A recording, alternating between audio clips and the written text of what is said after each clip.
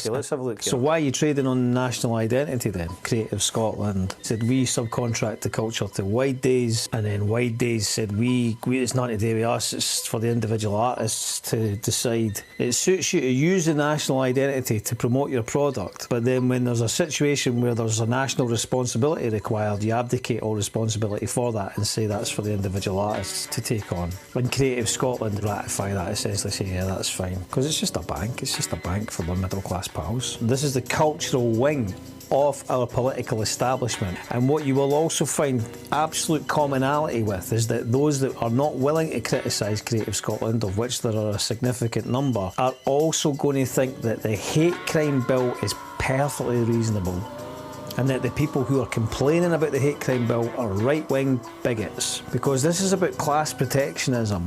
This is about the bourgeois establishment doubling down as we're heading into an election, as the landscape is becoming.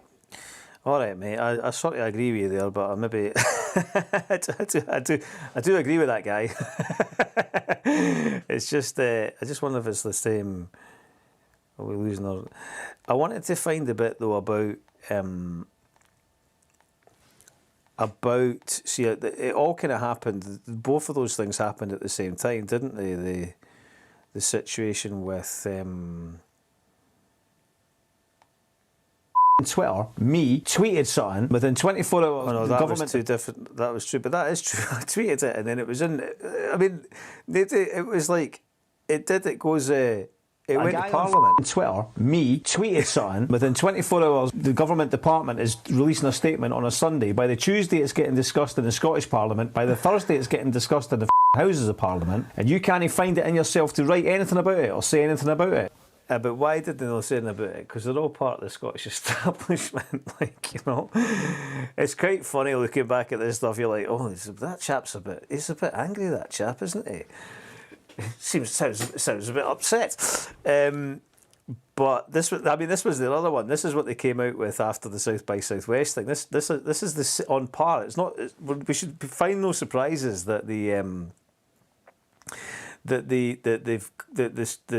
SNP have released this statement about, the Scottish government have said, oh, we're not going to have any more relationships with Israel. It's just the same as what this lot said when they got basically exposed for maintaining a presence at South by Southwest. Can you see how vulgar this is? That they have actually used the genocide. They have taken the genocide in a desperate attempt to regain their own position of being somehow morally, virtuously superior to everybody else, and conscientious and all the rest of it. They have actually taken the genocide and went, we'll use the genocide as flack, we'll use that as a cover to cover the fact that we haven't held our pals Mogwai accountable for festival. And we never said all about the fact that 85 grand was poured into the pockets of some cunt. This is a good one. This guy's trying to say. Right, anyway. We're going over old ground there, right?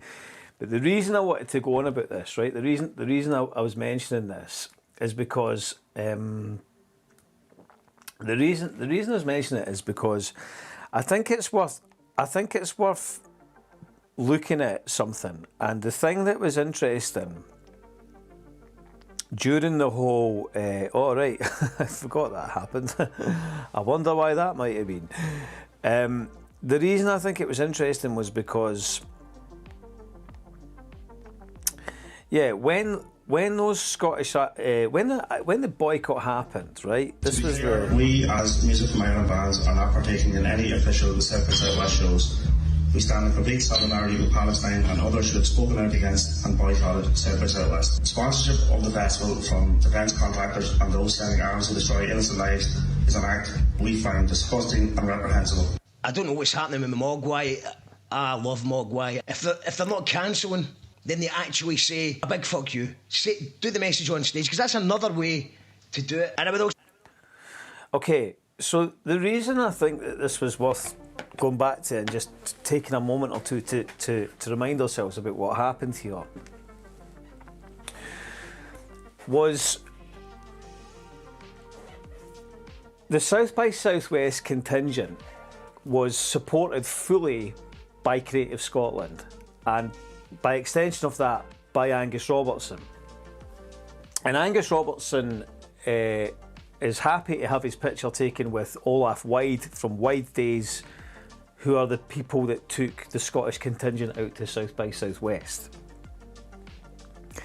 Now, there was like the more prominent bands like Kneecap and stuff like that. They kind of led the charge about, like, you know, we have to boycott this festival. It's sponsored by arms manufacturers that are complicit in the genocide, and that's a totally sensible, and especially, you know, it's a principled position. You know, what musician really wants to be associated with that? And I honestly thought, like you know, we had an official Scottish contingent out there of artists and musicians, right? And you're like, well, surely we want to see Scotland joining the Irish and going like, yeah, we are opposed to this, you know, especially like it ties into everything that we've had over this week with the Israeli stuff and that, right? And it didn't happen. It wasn't happening. And we're kind of going like, what's going on here? Why is the Scottish artists not joining this dignified boycott of this really repugnant situation? And one of the things that kind of like emerged from that it was clear that I was kind of aware of was what the Irish artists that were talking about it. Some of them on camera and stuff they'd kind of alluded to the fact that they had the support of their government and their culture sector, which presumably was basically saying like, right, cool, don't worry about it, we'll make sure that you get your flights funded back, that you're not going to be out of pocket, that we'll support you. And they were all kind of expressing their appreciation of how supported they felt from their own state. It was quite, you know, it was good to see, you know. It was a sense that the Irish culture sector really respected the needs and requirements of those artists. There was a real sense that they had there was a respect going on there. And there was also, what was also clear was that the Irish culture sector wasn't just kind of like a bank that went, right, here, you have this money, away you go and do your thing, that's it, we didn't, but like, which is what Creative Scotland is. Because the problem with Creative Scotland is the deference that it's afforded when all it is a really fucking shite company run by cunts, right? That's the weirdest thing. Because it's called Creative Scotland and it's associated with the government or something, people seem to think, oh, this is like they're somehow implicit or intrinsic to the entire sculpting the cultural landscape of the country. You couldn't have anything further from the truth. It's just a middle-class organisation run by PMC bastards that divvy up money and give it out predominantly to their friends and associates, or long-time funding model people, right? And that's why it's so corrupted. But the difference between Scottish culture and the Irish culture, it was clear that there was a line of communication and a sense that there was a support past just the fact that they'd been awarded some money by their culture sector. So it was a good situation. It was a bad situation, but it was a good exposure of the schism between how Scottish arts funding is and arts funding is in other places. Now, I actually, because I had been going off at Olaf Wide about this, because it was his business that was responsible for taking the Scottish contingent out there, and he actually met me in the Meadows. He bumped into me, well, who would he say bumped into me? He saw me in the Meadows like a few months ago, and he came up to me and we sort of had like a sort of argument in public about this, because obviously all this stuff had gone online about it. And I, it was sort of like saying, like, well, you didn't do the morally correct thing to do. And he was kind of saying, like, well, you don't understand. Like, we hardly get any money to do this and that and all this. And I'm like, well, what the fuck does that matter? That's like, that's your problem. That's you're flying the Scottish flag. You're out there representing the entire nation. You have a wider responsibility there at that point. If you're going to use the Scottish identity to trade with your brand, you need to take on the responsibility that comes with that, in my opinion. But something I think is really, really interesting about this, because Olaf, I can find images of it, or somebody go on my Twitter and find show me the pictures of Angus Robertson and Olaf Wide together, because there's plenty of them. They're happy to take pictures together in that, right? So it's like, so I said to him, why did you not phone up your pal Angus Robertson and get him to sort out? Because he's the fucking culture minister, right? So it's like, Olaf, you're happy to take pictures with Olaf and be like, well, here we are, we've got more money from Creative Scotland, and aren't we great? And we expose all the best bands in Scotland, and I fucking do, fuck. But that's not the point, right? It's like, so it's like, I said to him, why did you not get on the phone to Angus and be like, Angus, you know, like we need to do something about this. Right, we need to, you know, we need some government support here. We need some extra support from what's going on. This is like a really serious situation, and we need to think about, because let's be very clear about this. And I said this at the time, right? I actually believed that Olaf would have been thinking like this. I genuinely did, but like I didn't go at Olaf, I didn't attack Olaf straight away, not at all. I was saying, come on guys, let's see you come out and join this boycott and show solidarity with the Palestinians, etc., right? But when they didn't do it and they never said anything for days, I was like, right, well, fuck you.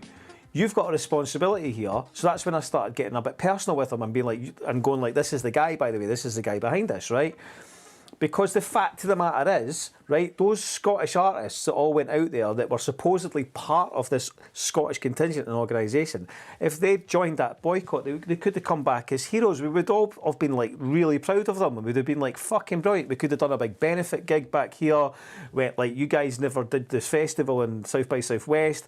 It's a shame you never got to promote your work. It's a shame you never got that wider global exposure or whatever. Let's do something here as sort of to show how proud we all are of you that you joined that boycott and said fuck you to the Zionists, right? And they could have come back to a hero's welcome, right? I mean, if I'd been in charge of that situation, that's what I would have been thinking, like, you know, let's spin this into something that's like really positive for us. But they never did anything. They said fuck all. And Olaf was like, oh, I did respond when the National finally got in touch with me. I was like, the fucking National that I was harassing, the student politics pamphlet of Scotland that hadn't said fuck all about it either. And it was only when I was at the National editor going like, why are you not saying anything about this? This is like a massive story. It's a global story. And you haven't said fuck all. And then eventually they got in touch with Olaf and it's, we better respond. Like, what? Because some wankers at the fucking National got in touch with you. What a bunch of fannies, man, honestly. Sorry, I'm getting a bit carried away, right? The reason why all of this ties together is like, why, right? Has anybody taken a moment to think about this, right? Don't you think it's funny, actually, that the culture minister is Angus Robertson, right? Who has been shown to have had significant meetings with an indicted Israeli war criminal in 2017. He said that Scotland is actually similar. There's some sort of like assimilation between Scotland and Zionism, right? He's been meeting the Israeli ambassador, the deputy Israeli ambassador again. Wait a minute. Actually, maybe it's not so strange that when Scotland was supposed to be seen to join with an act of solidarity towards the Palestinians, the Scottish cultural sector failed to do that. Perhaps that wasn't just incompetence. Perhaps that was far more deliberate, and that Angus Robertson, the Privy Council, MI5 Security Services so-called independence guy, Zionist, was far more interested in not having Scotland show solidarity with the Palestinian cause, because that is how it now looks. And I think people should be thinking about what's going on there. Perhaps these things are far more linked than one might first consider. Angus Robertson's the culture minister, and we failed to join a massively significant boycott to show with artists, right? To show solidarity with the Palestinians. And Creative Scotland made no comment on it, and we kept asking Creative Scotland, Why will you not comment on this? Why will you not make a statement on this? You are funding our artists. You have sent an artist contingent over there. You are tweeting, come and see the Scottish artists at South by Southwest. But then when the boycott happened, they did nothing. They said nothing, right? So either this exposes the bankruptcy of our neoliberal funding model in terms of how culture is funded in Scotland, or, as it's now beginning to look, this exposes how deep that Zionist shekel goes into the pockets of the Scottish government, Scottish culture, and Scottish arts. And that's something that people maybe need to be thinking about.